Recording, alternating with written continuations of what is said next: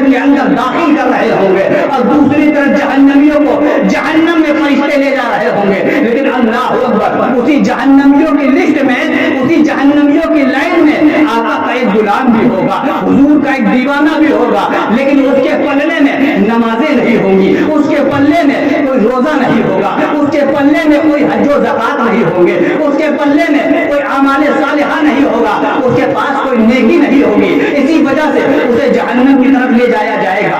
उसको जहन्नम की तरफ ले जा रहे होंगे जब फरिश्ते, लेकिन उसके दिल में हुजूर की मोहब्बत मौजूद होगी, उसके दिल में आका का प्यार मौजूद होगा, उसके दिल में हुजूर का इश्क मौजूद होगा। लेकिन जब उसको लेकर जहन्नम की तरफ जा रहे होंगे, वो पुकार कर आका को याद करेगा, आका को फरियाद करेगा।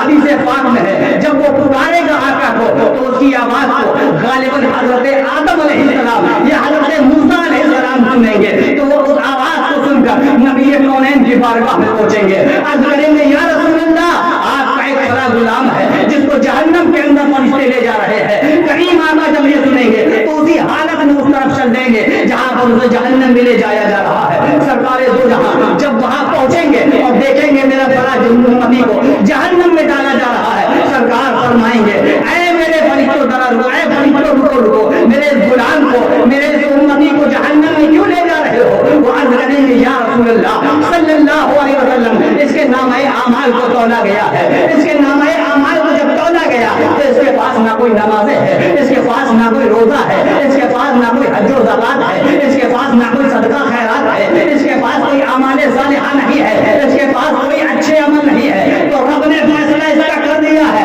कि इसको जहन्नम के अंदर डाल दिया जाए, इसको जहन्नम के अंदर भेज दिया जाए। कौन कह रहा है? रब का फैसला हो गया कि इसे जहन्नम के अंदर भेज दिया जाए, इसको जहन्नम के अंदर डाल दिया जाए। जरा मुझे ईमान से बताओ, अगर कोई दुनिया का बड़ा ओहदेदार अपने वक्त का वज़ीर आज़म हो और वो कोई हुक्म दे दे तो उसके हुक्म को क्या उससे नीचे का व्यक्ति टाल सकता है? क्या कोई एमएलए टाल सकता है? क्या कोई कहना चाहिए सीएम टाल सकता है?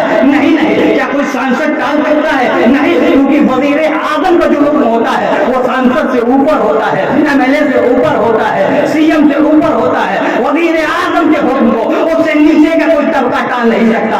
जरा बताओ, उस बड़े के हुक्म को कोई नीचे का आदमी टाल नहीं सकता। लेकिन जो हुक्म रब्बुल आलमीन ने दे दिया हो, परवरदिगार ने दे दिया हो, कायनात के पालनहार ने दे दिया हो कि इसको जहन्नम के अंदर डाल दिया जाए, किसने कह दिया? रब्बुल आलमीन ने कह दिया है कि इसे जहन्नम के अंदर डाला जाएगा। अब जरा देखो मुस्तफा का इख्तियार क्या है, और देखो रब अपने प्यारे महबूब से कितनी मोहब्बत करता है, कितना प्यार करता है और कितना इख्तियार अपने महबूब को अता फरमाया है। जरा देखते चलो, जब फरमाया गया फरिश्तों ने कहा कि या रसूल अल्लाह, अल्लाह रब्बुल इज्जत का हुक्म हो चुका है कि इसको जहन्नम में डाल दिया जाए। जब ये कहा ना तो करीम आका ने फरमाया, ऐ फरिश्तों सुनो सुनो, अब फिर से मीज़ान को कायम किया जाएगा। मैं कहता हूँ फिर से अमलों को तौला जाएगा, फिर से इसकी नेकियों को तौला जाएगा। जरा और बोलो, कौन कह रहा है? मदीने का सुल्तान कह रहा है, मदीने का ताजदार कह रहा है। फिर से इसके अमले को तौला जाए, फिर से इसकी नेकियों को तौला जाए। अब जरा गौर तो करो, फरिश्तों ने ये नहीं कहा कि या रसूल अल्लाह, हुक्म खुदा के बाद हम किसी की नहीं सुनेंगे। नहीं नहीं, फरिश्तों ने ये नहीं कहा। क्यों नहीं कहा? क्योंकि फरिश्ते जानते थे इसी आसमान के ऊपर एक ने अंबिया की ताज़ीम का इनकार किया था, तो वो जन्नत से निकाल कर लानत का टोक डालकर दुनिया के अंदर फेंक दिया गया और शैतानुर रजीम बना दिया गया। तो जो अंबिया की ताज़ीम का इनकार करे और अदब न करे तो उसे शैतानुर रजीम बना दिया जाए, तो ये अंबिया ही नहीं, ये तो इमामुल अंबिया है, ये तो नबियों के सरदार है, ये तो नबियों के आका है। इनका हुक्म हो गया है कि इसे फिर से मीज़ान को कायम करो। तो फरिश्तों ने कोई चूं चला नहीं गई। बकौल आला हज़रत फरिश्ते जानते थे कि बाखुदा खुदा का यही है डर, नहीं और कोई मगर जो यहाँ से हो वही आके हो, जो यहाँ नहीं वो वहाँ नहीं। करीम आका ने फरमाया कि मीज़ान अमल को फिर से कायम किया जाएगा। अब मीज़ान को फिर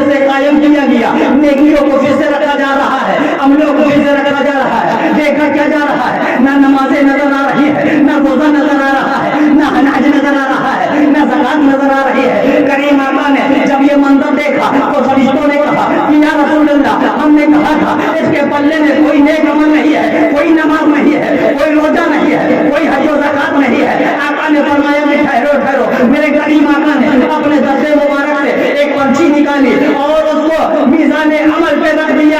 ابھی تک جو پلہ کم نظر آ رہا تھا، پرچی کا رکھنا تھا، وہ پلہ بھاری ہوتا نظر آنے لگتا ہے. ذرا غور تو کرو مسلمانوں، پلہ بھاری ہوتا نظر آ رہا ہے. اب فرماتے ہیں آقا اے میرے فرشتوں، اب تو یہ جنت کی ڈگری پا جائے گا، اب تو یہ جنت کا انعام پائے گا. فرشتے عرض کرتے ہیں یا رسول اللہ اب اس کو جنت کی ڈگری مل گئی ہے، جنت کی ڈگری مل گئی ہے. اب اللہ ہو تو جنت کے اندر جانے کا فیصلہ ہو گیا. اب آگے آگے آقا چل رہے ہیں، پیچھے پیچھے وہ غلام چل رہا ہے. وہ غلام عرض کرتا ہے یا رسول اللہ صلی اللہ علیہ وسلم میرے پاس کوئی نماز نہیں تھی، میرے پاس کوئی روزہ نہیں تھا، میرے پاس کوئی حج نہیں تھا، میرے پاس کوئی زکات نہیں تھی، میں نے دنیا میں کوئی نیک عمل نہیں کیا، لیکن یا رسول اللہ آج کس وجہ سے ایسی کون سی پرچی تھی جو آپ نے رکھا تو میں جہنمی سے جنتی بنا دیا گیا ہوں. کریم آقا نے فرمایا اے میرے غلام سن سن، جس وقت دنیا میں میرے درود و سلام پر شرک و بدعت کے فتوے داغے جا رہے تھے اور پھر دور میں تو نے جو مجھ پر درود و سلام بھیجا تھا، یہ وہی درود و سلام ہے جو آج تجھے جہنمی سے جنتی بنا رہا ہے، جہنمی سے جنتی بنا رہا ہے. تو آپ چاہتے ہو اگر آقا پر چاہتے ہو کہ آپ جہنمی